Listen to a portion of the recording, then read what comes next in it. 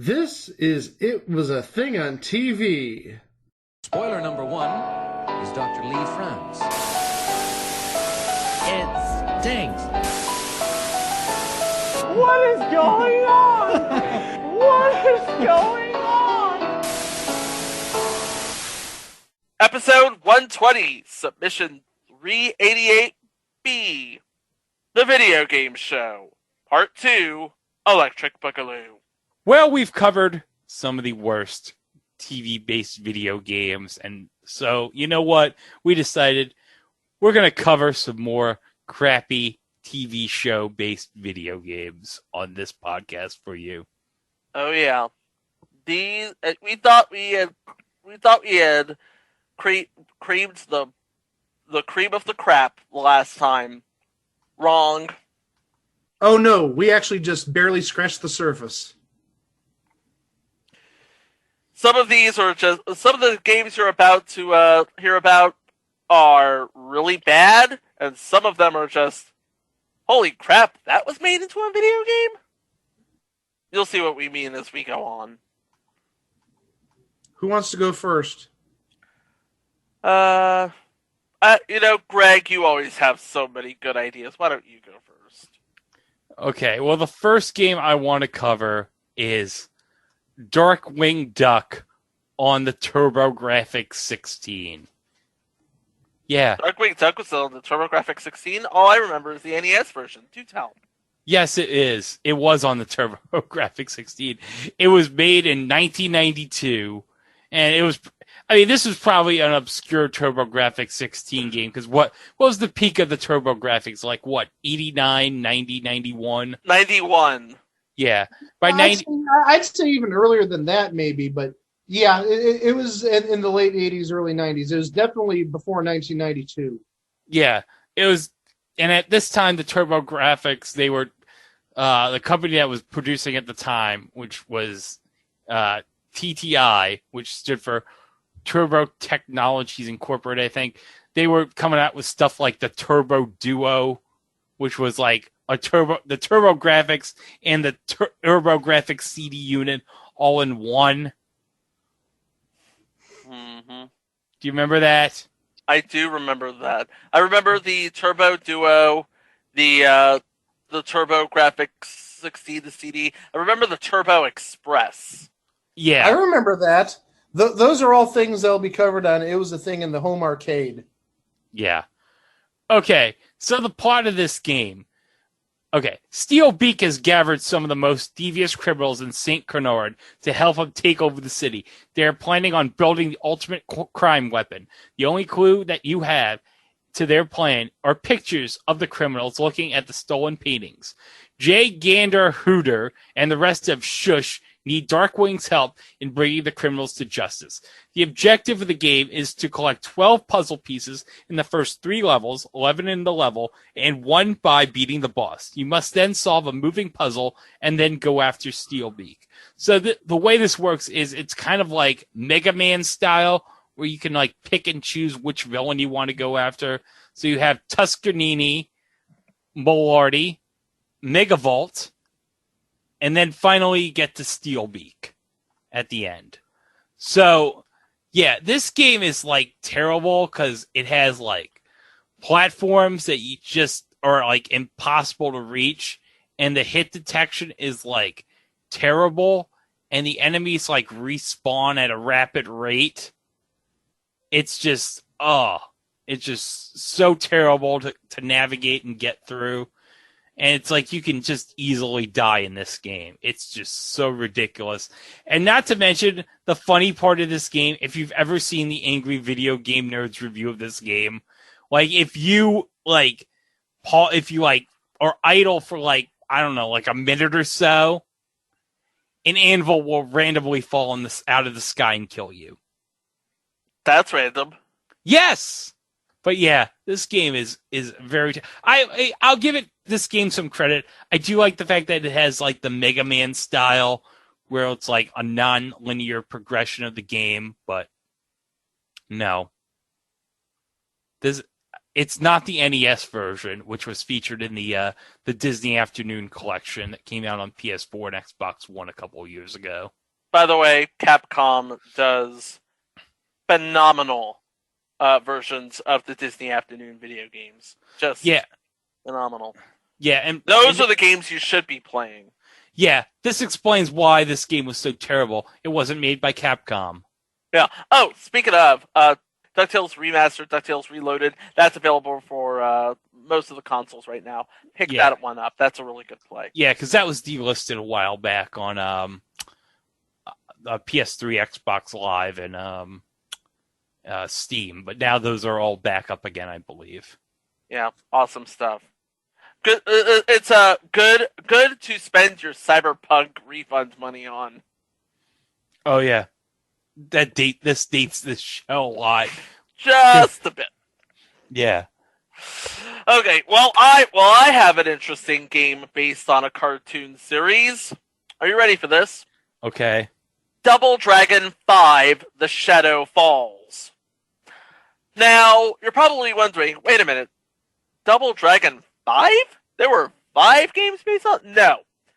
There were 4 games in the original series that was developed by Technos Japan and published in the US by TradeWest, which is now Midway, if I'm not mistaken. Well, weren't some of those games also for the NES published by Acclaim? Yes. Double Dragon 2 and Double Dragon 3 were published by Acclaim. I know this because every time I watch WWF television on USA, whenever Lord Alfred Hayes would do the promotional consideration, he'd do Double Dragon 3, one of the high-flying action here on the NES. Go through multiple levels from Acclaim. Yep. And then TradeWest got the license back for Double Dragon, or for Super Double Dragon for the Super NES.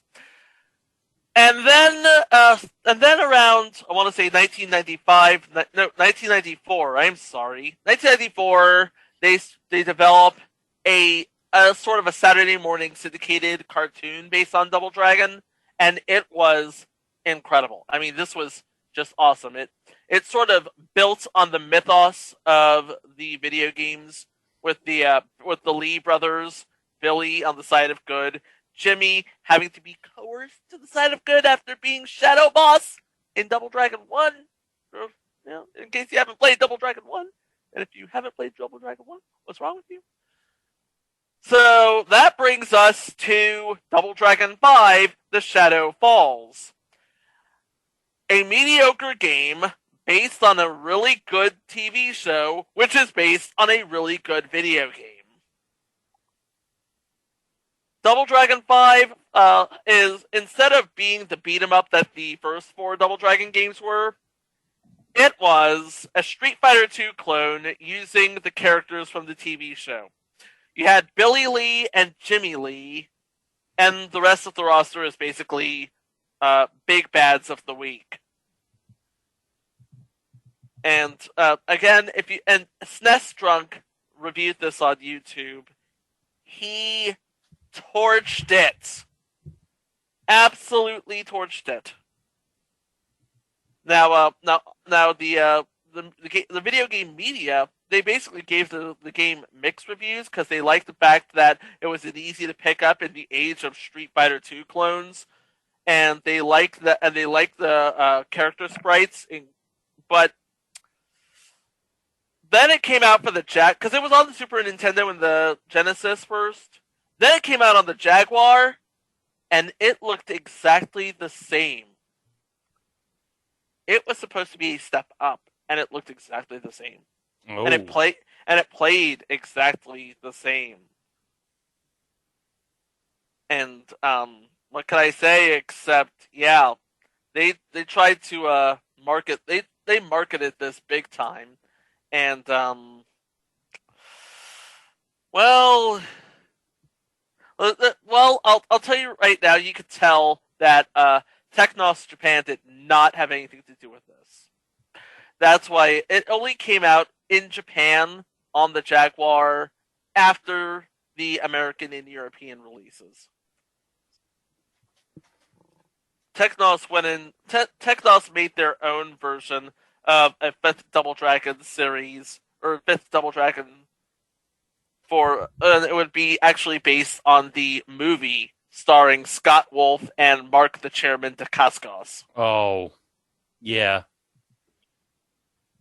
That And movie. Yeah, that's gonna be on the movie video game show. Oh, yeah. And also, you know who play newsmen in the Double Dragon movie? News anchors in the Double Dragon movie? Who? You know? Okay. Are you ready for this? Okay. George Hamilton and Vanna White. What? Ah, I'm not even kidding. Wouldn't that be great, though? Yeah, that would be pretty cool. Yeah. that would be amazing. Yeah. Surely Mike couldn't possibly top this. I probably can't, but I'm going to try. We could actually probably include most, if not all, versions of this game or of this TV show's adaptation. But I'm going to focus really on the first adaptation of it, which was back in 1990. GameTech released the first video game version of The Price is Right. We could also include in this the Ludia versions for like the DS and the Wii, and I think there was at least another console or two that it was on. 360. It was on 360, but we're going to focus on the PC version. Well, it's PC and also Commodore 64. And I'm surprised that they actually even made Commodore 64 games as late as 1990. I thought that was sort of on the way out at the time. Well, Commodore 64 was very big overseas. Oh yeah. And Price is Right is big overseas too. But, this game, boy, where should we start? They did have a decent selection of games. They had 17 games, which, again, remember for being on a floppy disk, 1.44 megs, to get 17 games on there with graphics and stuff like that is pretty amazing. And they had a lot of contemporary games from the day, like Bump, which you're not going to see Bump nowadays because we can't do the Bump. They had Card Game. They had Credit Card, since retired, Danger Price, Dice Game, The Grocery Game, Hit Me, which has also since been retired, Pathfinder, Plinko, Range Game, Safe Crackers, but it was just called Safe Cracker, not Safe Crackers, and that's the least of their issues. Secret X and Take Two. Now, there are some games I didn't mention because they weren't given their true names. Now, I said Safe Cracker instead of Safe Crackers, but there was a game called Correct Price, and that was just one right price. They called it Correct Price. And there was a game called Golf. Boy, I wonder what game Golf is supposed to represent. Hole in one. Go figure. Mm-hmm. And then there's a game called Mountain Climber. Boy, I wonder what game involves a mountain climber. And Pathfinder, and then, as I said earlier, Pathfinder, albeit spelled Path and Finder, two separate words. I think it's one word on the show. And then they had Race Game, but they called it Pull the Lever. So already we're off to a really bad start. Not using the proper names for, let's say, about quarter to a third of their games. But that's like the least of the problems once you start playing the games. You could literally get anything at any time. For example, you might be playing the Pull the Lever game, the race game, for a grocery item and a small prize and a bigger prize, a 3-digit prize, and then a car. Boy, I wonder if that car is $8,000 or $75. I'm really stumped. But on top of that, they would have some of the games which are normally, let's say, played for prizes worth $1,000 or $2,000. They might play it for cans of soup or a package of floppy disks or something. It didn't necessarily make sense. Very bizarre and very random. I mean, you might be playing for the golf game, the hole-in-one game, for a can of SpaghettiOs, when maybe a can of SpaghettiOs is one of the items that's being played for in the golf game. It's feasible. I don't remember ever seeing that happen, but the main idea is that you wouldn't be playing for the prize that's what you'd be playing for on the show. You wouldn't be playing a car game for a car. You might be playing a car game for a remote control car, or you might be playing a car game for, again, a grocery item or a small prize or a dishwasher.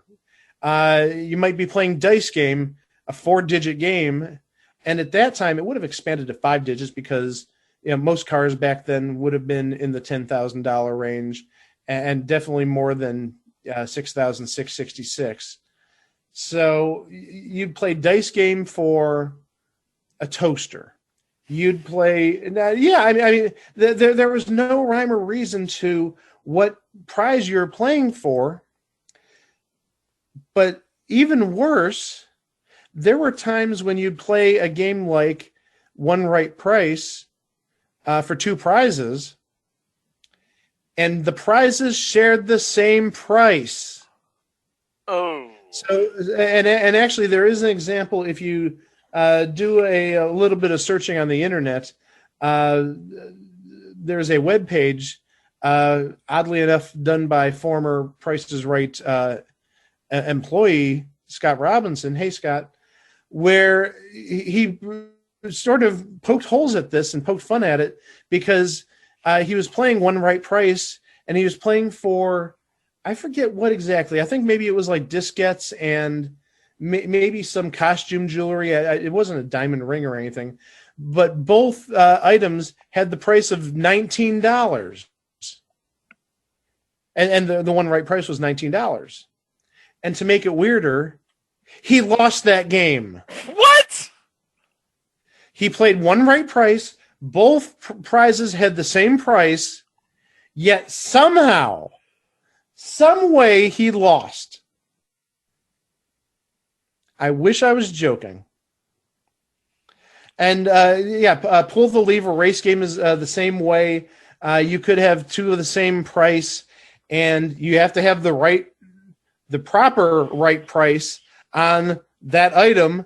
Otherwise, the other $19 is not going to work. You got to do this $19. It is bizarre as all get out. It's very flawed, but again, that's really the least of the worries. Also, they couldn't use name brands, so they used fake versions of them, and there are some really bad versions of brand names in this game. Like instead of Emerson, they used Emmer Daughter. Oh boy. I wish I was joking. It was that type of game. But also the Showcase Showdown was called Spin the Wheel. It wasn't called Showcase Showdown. It was Spin the Wheel. And the showcases, they were called the Final Showcase Challenge. Again, don't ask. And the thing is that the oddball items from that I mentioned earlier, where you might be playing for a pack of gum or a toaster or a can opener, that actually carried over to the Final Showcase Challenge, where your showcase may end up being like a recliner and a can of soup and a hockey puck, or well, maybe not a hockey puck, but 3 items you would never see on a showcase on Price is Right. No trips, no cars, no furniture. Well, obviously there's a recliner, but they're not giving you like a room of furniture. They're giving they want you to bid on a $500 recliner and a $1 can of soup and a $10 can opener. And it follows the same rules. So seriously, you might have your opponent might be playing for, let's say, a car and a trip and a jukebox, while you may be playing for this recliner and the can of soup and the can opener. So the same rules apply. So yeah, they may be like $1,000 or $2,000 away from the actual retail price. Meanwhile, you've got this recliner and the cans of soup, and you might bid, $500, and you won both showcases. Or well, actually, I don't think you can win both showcases on this, but you win because you're only $11 away. Like, that's really fair. I mean, it's absolutely crazy. I will give them credit though. Plinko at least plays realistically in terms of random left and right movement, but just it was an adaptation I liked at the time, but it did not age that well. And you can find it. I believe it's actually on archive.org. Don't play it, please. I'm telling you this as a friend. Don't play it. It's absolutely horrible. One more thing I want to add regarding some of the pricing games, like, for example, if we're talking about a game like Plinko, they would ask you, okay, what's the right price of this item? Is it $15 or $25? So it isn't, is this the first number or is this the last number or whatnot? And I'm not even joking. There are some times in the game where the two different prices they give you vary by $1. Is this $15 or is this $16? Is this real life? What is that? I mean, that's a joke. Avoid at all costs. And really, and this may be on the third installment of the video game show, if we ever do one, the Ludia games are pretty bad in their own right. But with that, I'm going to throw it to Chico, and he's got another game he wants to talk about. Okay. You notice my background, right? Yes. Yes. The evil owner of the roller games. I shouldn't say evil. I should say angry and evil. The angry and evil owner of the roller games. Now, when you put roller games to a video game, you have an expectation. The expectation is roller derby as a video game. And it's been done well. It has been done exceptionally well, both as an arcade game and as a pinball machine. You played the pinball for roller games, right? I played it in Vin Pin Mame. I almost bought it like 4 years ago. Yeah. Yeah, and with any luck, hopefully Zen Studios adapts it for Pinball FX3. Yeah, well, the arcade game is incredibly faithful to the franchise. The pinball game is a great homage. The NES version is neither of these things. Yeah, because it's not even about roller games. The NES version is Double Dragon on roller skates. And I even have the description here. The NES version is a side-scrolling platform game that employs the likenesses of people used in the television show, but has nothing to do with the sport itself.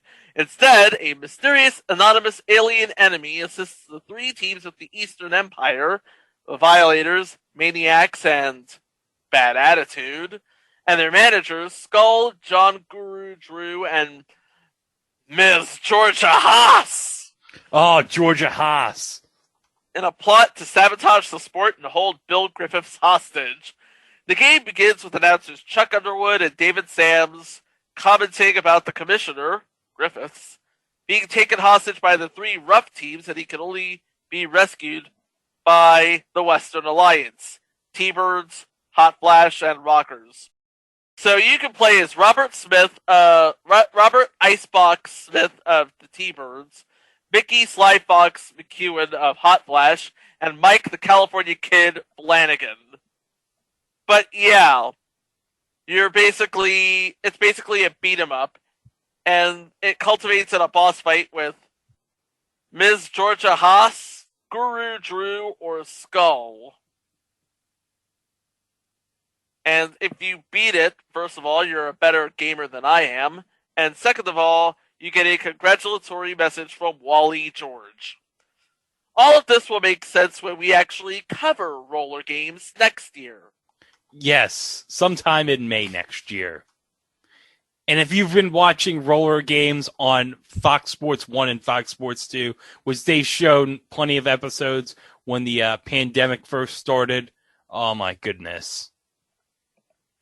Oh, they just showed a couple of episodes within the last couple of days as we're recording this. So it wasn't just during the beginning of the pandemic; it's still going on now On FS1? on FS1, I believe. Yes. Okay, I haven't checked FS1 in a while. Neither have I. Since sports came back. Why would I watch it? Oh yeah, well, why would I watch FS1 in general? I don't want to watch friggin' Skip Bayless and Clay Travis and all those other clowns on that channel. It's like, I don't want to watch a bunch of people. You know what? FS1 was not the same when Jay and Dan left. Yeah, when Jay and Dan left, yeah, I was like, no, that's it. And we know that just became a louder, punchier version of ESPN. No. And we know Levitard's going there soon enough. No! Well, where's he going to go outside of ESPN? NBC. NBC, CBS. CBS. Maybe NBC or CBS. Valid point. And trust me, I'd rather, you know what? I'd rather have him on CBS because then hopefully you'd probably replace Adam Shine, which I'd be so happy about. Yeah. Oh, don't get me started on Adam Shine. He sucks. God. Oh, God. Okay. Now, and segueing into that, we go into ABC Monday Night Football on Super NES. Oh, God. Now, Mike, I believe you had a version of ABC Monday Night Football back in the day. For the PC. For IBM, which included, I believe, a videotape. Yeah, the videotape was the best part, actually. Yeah. Yeah, 20 years of Monday Night Football, which, by the way, is an entry of itself. So, it's a very cool video, and I think it's worth more than the game itself. It's definitely worth seeing, and I think it is on YouTube. Yeah, it's on YouTube. So if you want to watch it, go search ABC Monday Night Football 20th Anniversary VHS tape. And also, speaking of shows that had great pinball machines, Data East, I believe, made a Monday Night Football pinball machine. Oh, yeah. Data East was, for a while, making really great pinball machines. I believe the Monday Night Football table came out at around the same time that the Simpsons table came out. The first Simpsons table came out. Yeah, not the Stern one. But I also believe that pinball machine was also featured in one of the openings from Monday Night Football around 89. That would have been before the Simpsons, but yeah, I think there was a Monday Night Football machine maybe released around 87 or so, 87, 88. But yeah, that Monday Night Football pinball machine, as much as maybe we ranted and raved about the roller games machine, I loved the Monday Night Football machine. That was a great game. Yeah. Mm-hmm. You had the ABC and Data East helmets colliding. Yes. Oh, yes! Yeah, and you have Frank Gifford's, the digitized voice of Frank Gifford right there. You know you love it. Yeah. And then you have, like, Frank Gifford on the screen right there. But, okay, here's the thing, though. This game, no NFL license, no NFLPA license. I believe there's no NFLPA license on this game, too. I could be wrong on that, but there's no license. Yeah, by this time, The only Super Nintendo game with with both an NFL PA and an NFL license would be Tecmo Super Bowl, And which was a Madden. really good. Well, it wasn't on Super Nintendo yet, but it would be. Well, they started making Madden on Super Nintendo around 92, but they didn't actually. They had an NFL PA license, but they didn't actually get an NFL license until the 94 version. They had to buy it off of Tecmo. Yeah. By the way, Tecmo Super Bowl, for my money, is still the superior football game on the Super Nintendo. Yeah, but okay. Don't at me. Okay, but if you watch right here, and I'm sharing the screen with the gameplay, watch. All right. There. Look at that. He just takes a dive right there. It's like the players are like hard to control. They're hard to navigate. And then watch. Whenever you hit somebody, look at that. Oh, he just went flying. He goes flying. When you tackle him from the front, he's like, ooh, like he's got shot or something.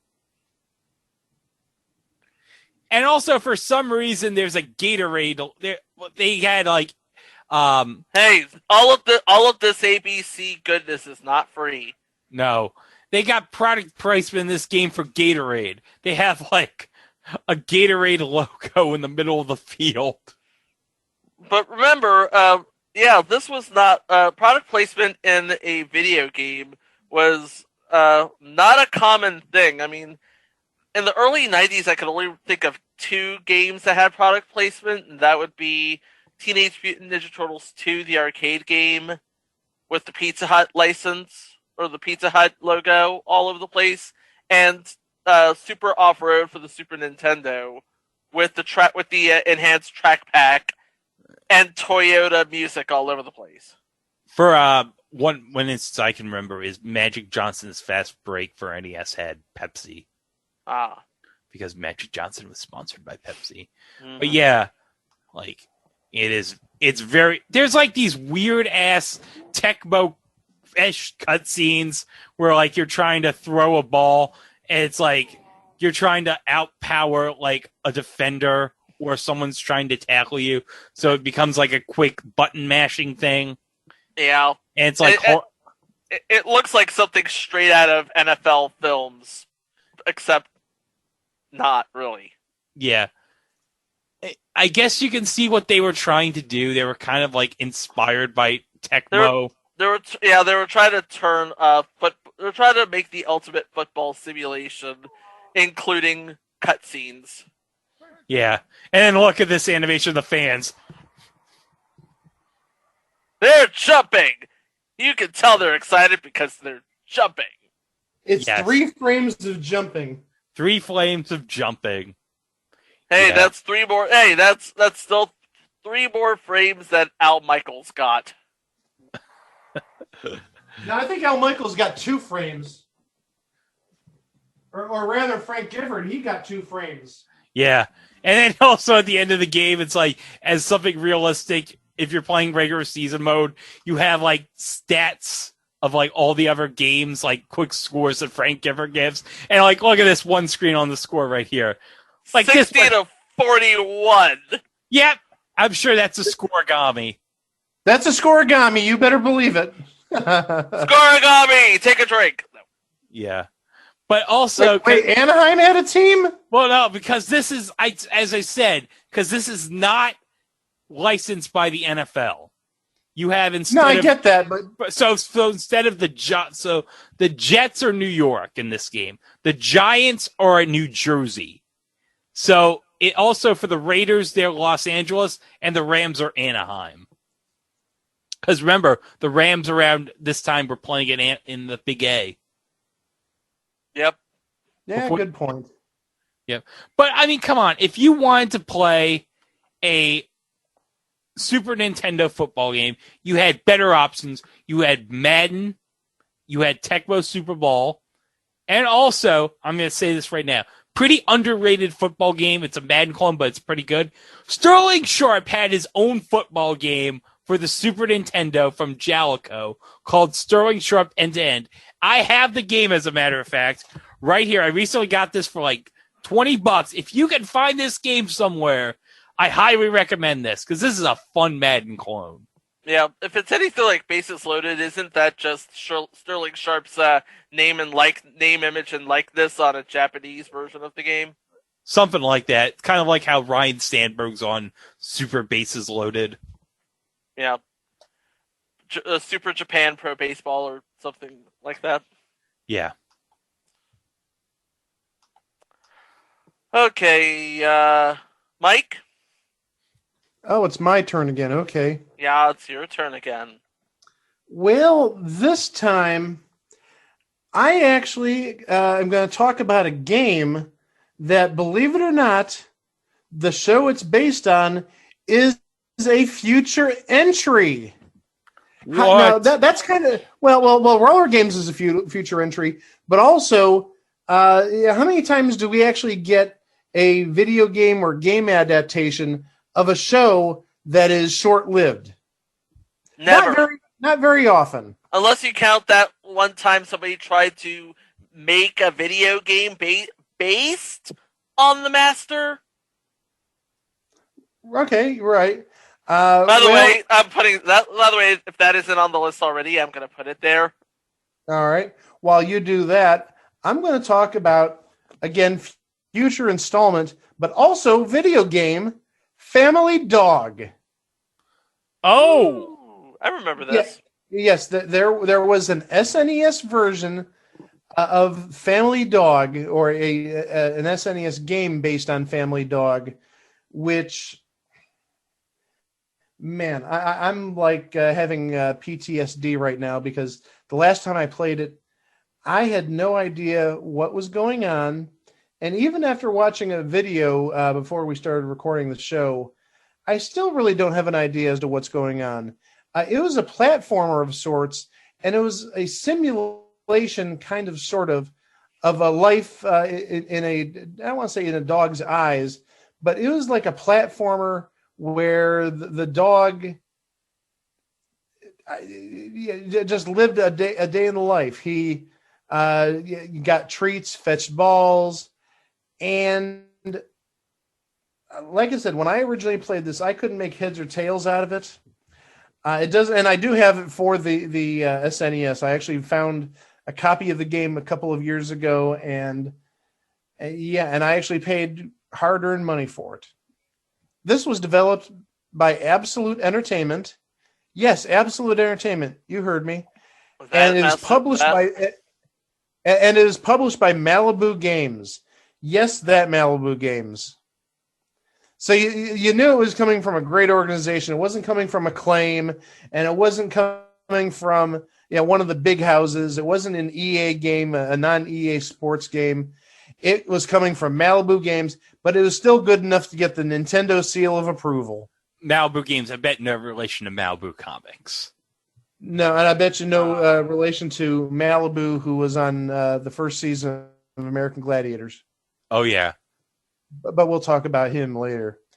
It was supposed to be, as I said earlier, like a day in the life of a dog. It's almost like an interactive sort of, almost the best way I can sort of describe it is maybe like a Nintendogs, like a digital version of actually having a real dog where you got to walk it and let it go to the bathroom and feed it and whatnot, or else it'll die.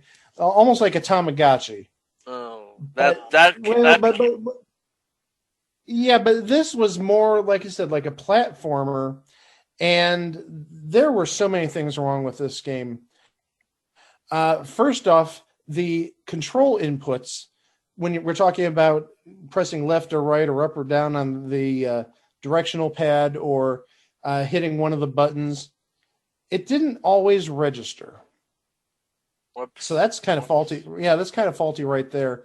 But then to make it worse, a little bit of, let's say, bad physics. In terms of, if you ran with a running start, you would go the same height as if you just stood there and jumped. So when you could jump, it didn't matter if you had a running start, and because obviously if you know games like Mario, if you press the B button down and run fast and then jump, you go higher. Yeah. No, in this case, the dog jumps the same height, whether you have a running start or if you're just standing still. Little bit of a flaw there. And actually, if you want extra height in the game expects you to come to a full stop, hold up on the D-pad, then jump. Does that sound intuitive? No, I don't think so. Yeah, they want you to come to a full stop, hold up on the D-pad, and then jump. That makes no sense compared to like every other game where you increase your speed by hitting like a turbo button or a fast button, and then jump, and then look at that! While you're jumping, high further, you're also jumping higher. I don't get it, but that's actually like the least of my issues. Second is, again, I played the game. I couldn't get past the first level because I had no frigging idea what I was doing.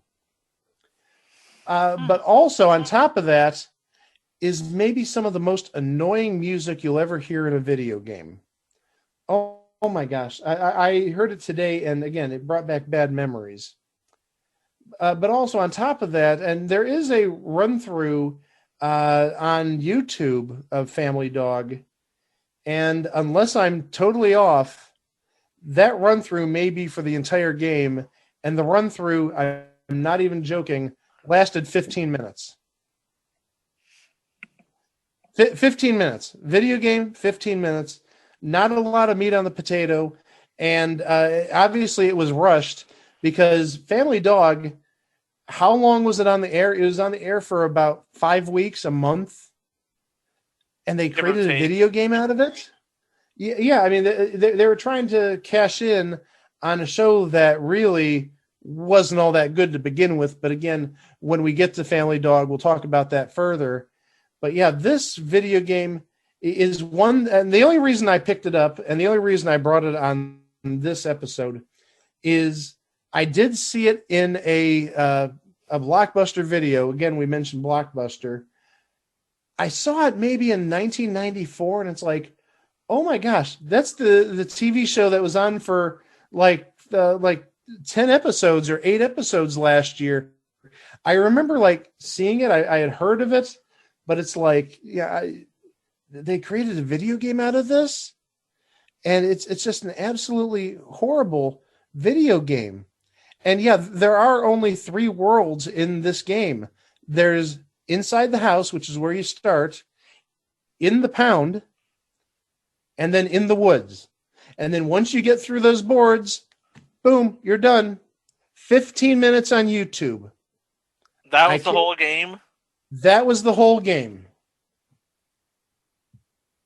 Yeah, that's why I said I had to double check the video to make sure that it wasn't that I didn't cut it off short or something. No, they showed him at the end after he got out of the woods. The dog got out of the woods. He jumped in his in the child's hands, the child of the family, and the child in this game is ultra creepy. Number one, he looks like Chucky the doll. Oh boy! But also two, looking at how he acts or treats the dog sometimes, he treats him like Chucky too, probably. He doesn't treat him like a regular kid would. Man, I'm glad I got this game just for the sole reason that, this may be the shortest run show in TV history that was made into a video game, a board game, some sort of game. And actually, I'm going to take that back because there was an Identity board game, and I think Identity ran less than 10 episodes. And if it didn't run many more than 10 episodes. Yeah. But this is a stinker of a game. I figure it's got to be semi-rare because, who would actually buy this video game from this TV show that lasted a month? But it's out there. Like I said, I found it at a local CD and video game exchange place. So if I can find it, you can find it. But I know that we still have even more bad games to go, and Pico, I think, has another one lined up. I do, and this isn't so much a bad game as it is a game that you look at it and you say, okay, that was a game, and it was loosely based, are you ready for this? Yeah, I'm ready. On the 1960s British spy era series, The Prisoner. Oh, The Prisoner, a very popular cult TV show from back in the day. Very popular cult TV show from back in the day. It was actually one of the very first video game based on a TV show, which isn't really even officially sanctioned. This was just, here's a guy. This was just some guy in his flat in England. It's like, I'm going to program a game based on The Prisoner. I mean, you could do that back then. No one cared. Yep, and the thing about this game, it was such a mind F star K that the CIA reportedly used this game as a training tool. What? That's what I said. I was like, really? Really? Okay, now, because this is an unofficial version of The Prisoner, I have to be about as vague as possible here. You are an intelligence agent who has resigned from his jobs for reasons known only to himself, and you have been abducted to an isolated island community called The Village. Not the island, The Village. Yeah, that's another movie with Ewan McGregor and Scarlett Johansson. Mm-hmm. And the village's authorities will use any means, including coercion, disorientation, deception, and frustration, to learn why the prisoner has resigned, and every character, location, and apparent escape route seems to be part of a grand scheme to trick the player into revealing a code number representing the prisoner's reason for resigning, up to and including a simulated system failure on the Apple II's part. Oh my gosh! This game was something else. This game definitely was a mind F blank blank K. Dang. Yep. And you don't play as number 6, you just play as number.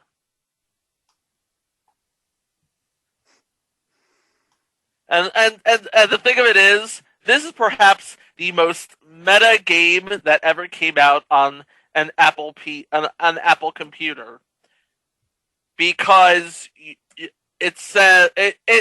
makes so many references to this being a computer game that it is almost to the point of it is being meta.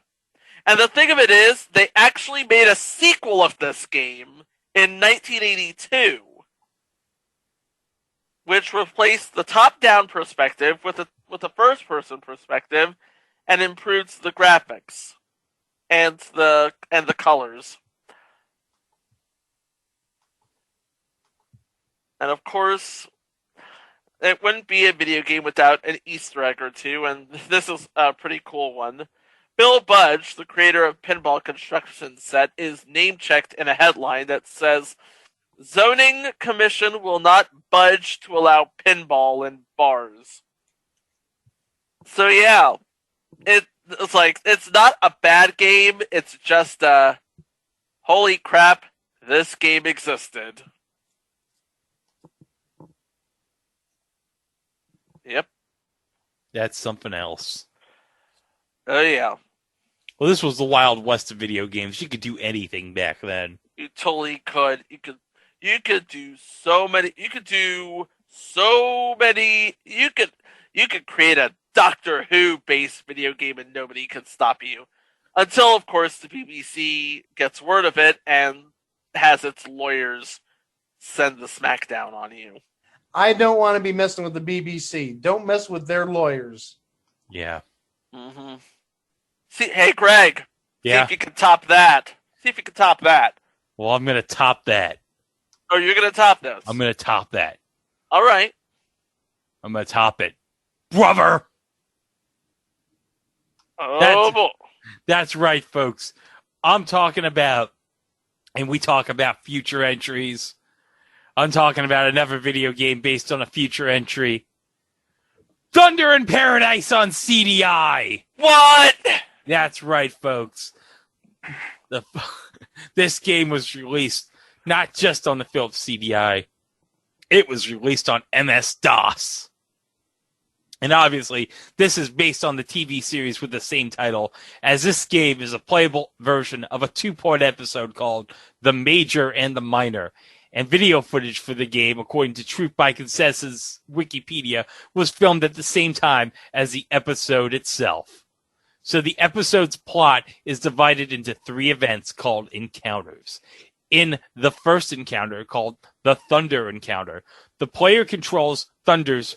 Oh, by the way, Thunder is the name of Thunder's the boat. Yeah, Hulk Hogan, Chris Levin's boat. The player controls Thunder's powerful weapons to destroy as many threats to the boat as possible. This section of the game is somewhat like the arcade shooter Paratrooper. In the second part of the game, called Island Encounter, this is very similar to other games like Mad Dog McCree, in which the player must shoot the enemies before they shoot the player.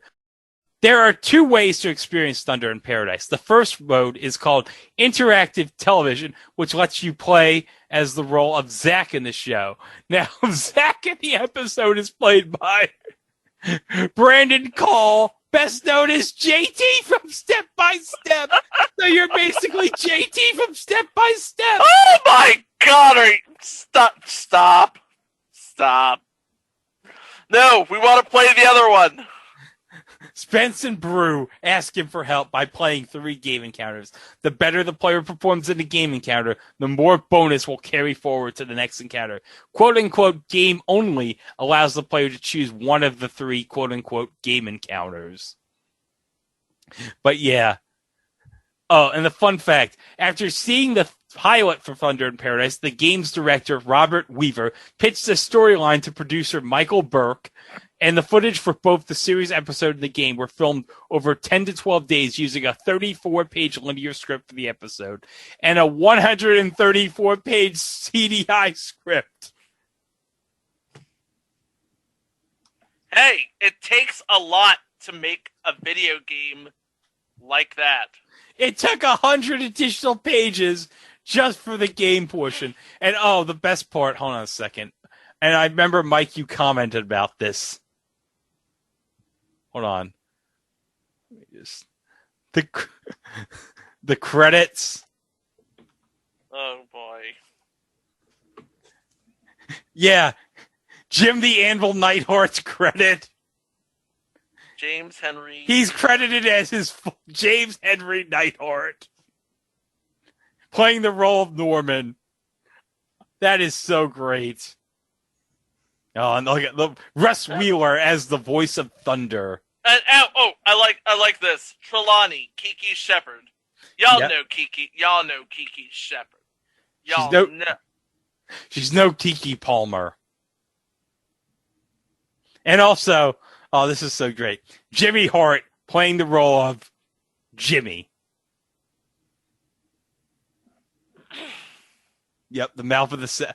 Who else would the mouth of the South play but a guy named Jimmy? It's like Tony Danza playing just characters named Tony.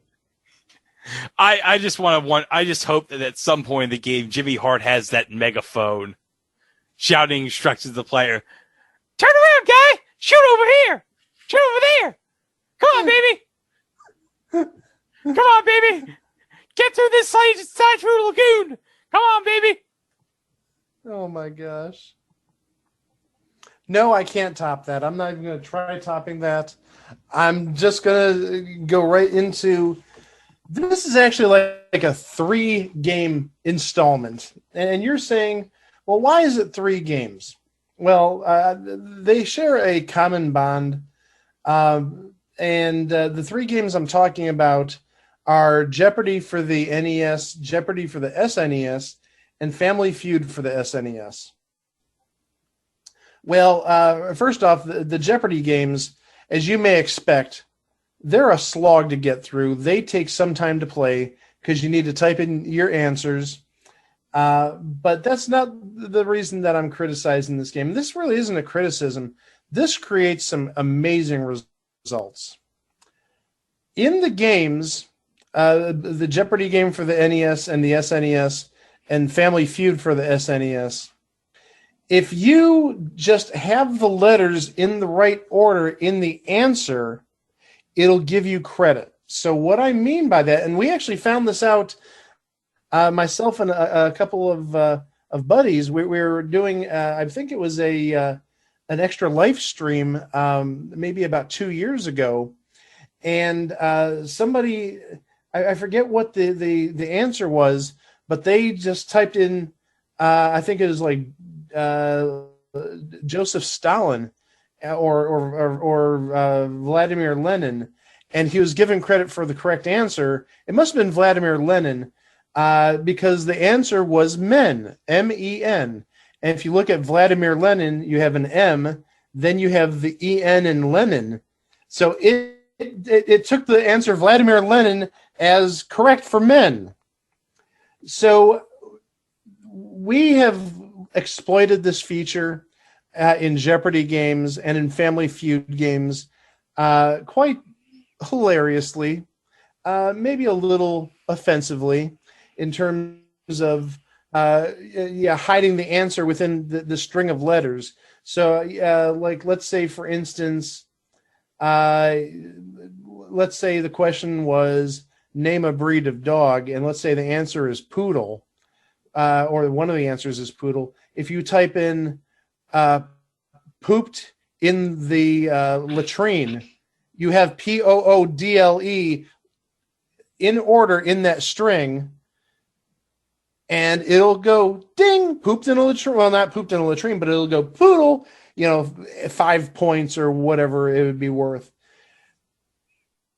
It is hilarious what you could do with that, but also at the same time, big time flaw. And I'm sure if you look for different video game streams on YouTube and on Twitch, you can find people. And again, I've taken part in one such stream within the last 2 or 3 weeks. It gets darn funny depending on who's running the game. And you're not really even playing the game at that point. You're playing for laughs, because who'd really think pooped in a latrine is a correct answer for name a breed of dog. So and the thing is, I will tell you from my experience, the last time I played, if you have another answer in there, I think it chooses the other answer, because one question, or maybe it chooses the first answer that's completed, because one of the questions I was asked was name a game played on a table, and I told my friend I wanted the answer I wanted was pool, and so he put in again, I think he put in pooped on my chest or something like that, or something related to that. Oh, boy. And well, there is a little bit more, because obviously it's Pool, and there's no L in pooped on my chest or something like that. But the answer came up on the game, this is during Fast Money, as chess, C-H-E-S-S, not pool. And I even mentioned to my friend, I said, I did say pool, not chess. And he's like, nothing I could do about that. And I think it's because I finished the word, or not necessarily I finished the word. I think it's because the person who typed in the word during this joke answer, the word chess was finished before the word pool. So it can backfire if you're aiming for a really good answer, but somehow within your answer is a moderately less, moderately worse answer. But also at the same time, that can produce some interesting results too. It did make a difference. It was during Fast Money. We won the 200 and yay. But that's, if you can find videos of that, again, people have exploited that feature or bug to hilarious results. And that's actually the only way we play Jeopardy and Family Feud for those systems from since we found out about it, because it makes the game a hell of a lot funnier. Well, I think that's it. I think we've done our 9 games for this round. Yeah, I was going to throw in the 10th and press your luck, but the bit about Price is Right and Ludia pretty much covered it. So. Oh, there's more to say about that, but that may have to say, but that may have to be saved for the 3rd installment of It Was a Video Game based on a TV show. Yeah. So that may be coming down the pike. Maybe next Christmas. That might not be a bad idea. Make this sort of our Christmas tradition. Besides doing deep dives like the one that we're going to be doing on this Thursday, but also like how every Thanksgiving we cover a Thanksgiving parade from 36 years ago. Yeah. So wait till Thanksgiving 2021, guys, because you're getting the 1985 Thanksgiving Day parade. Oh, and you're also going to be getting something else that week. Oh no! Don't give it away! Don't give it away! It's glorious. Oh yes, but yeah, like I said, coming up on this coming Thursday is our little Christmas gift to you, which it's not going to be as surprising as Charles Styles Mystery Diners. It might be as long, if not longer than that. It's going pretty deep into something everybody's heard of, something that happened very recently. And yes, at least Greg and Chico plan on talking about it for longer than like an hour and 45 minutes. I don't know how much I'll be able to contribute, but I'll definitely have some stuff to say about it. We have so much to say about it. Yeah, but until that time, it's time to hit the power button on our game console. And thank you for listening to this installment of It Was a Thing on TV. And we'll be back the day before Christmas, the 24th, with this very special episode. Wow!